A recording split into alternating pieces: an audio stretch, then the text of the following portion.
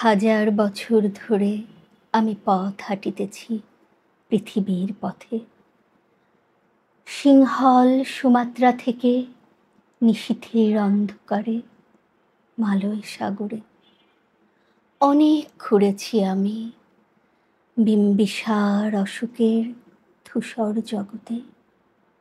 সেখানে ছিলাম আমি আরো দূর অন্ধকারে বিদর্ভ নগরে। আমি ক্লান্ত প্রাণ এক, চারিদিকে জীবনের সমুদ্র সফেন আমারে দুদণ্ড শান্তি দিয়েছিল নাটোরের বনলতা সেন। চুলতার কবেকার অন্ধকার বিদিশার নিশা, মুক্তার শ্রাবস্তির কারুকার্য, অতি দূর সমুদ্রের পর হাল ভেঙে যে নাবিক হারাইছে দিশা।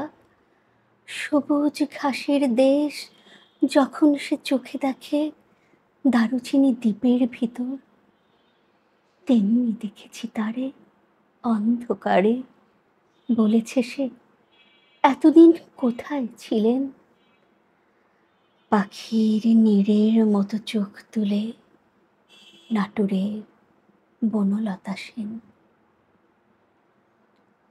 সমস্ত দিনের শেষে শিশিরের শব্দের মতন সন্ধ্যা আসে, ডানার রৌদ্রের গন্ধ মুছে ফেলে চিল।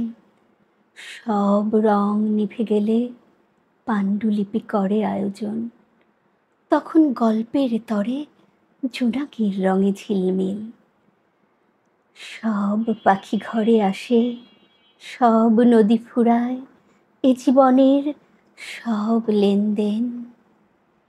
থাকে শুধু অন্ধকার, মুখোমুখি বসিবার বনলতা সেন।